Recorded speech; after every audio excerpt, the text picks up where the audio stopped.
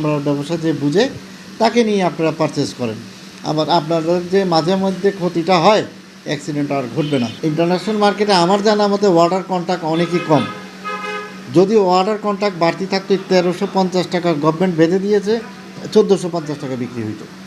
এই হইল সঠিক চিত্রটা। 2015 পর থেকে কমার্স মিনিস্ট্রি, বাণিজ্য মন্ত্রণালয়, ট্যারিফ কমিশন এরা সমন্বয় করে আবার রেট দিয়ে দেয়।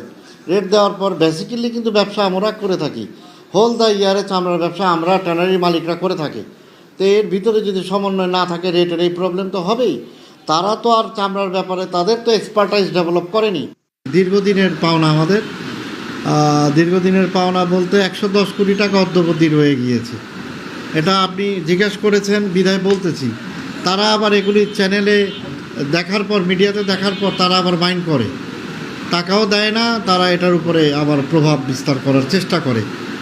আমরা চাই তাদের শুভবুদ্ধির উদয় হোক।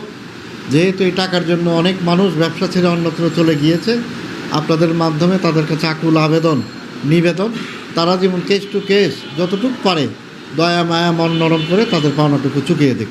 এবারের ঈদে সারা দেশে সব মিলিয়ে 85 লাখ চামড়া সংগ্রহের লক্ষ্যমাত্রা নির্ধারণ করেছে ট্যানারি মালিকরা, যার বেশিরভাগই ধাপে ধাপে ট্যানারি পর্যন্ত আসতে 1 মাসেরও বেশি সময় লাগবে।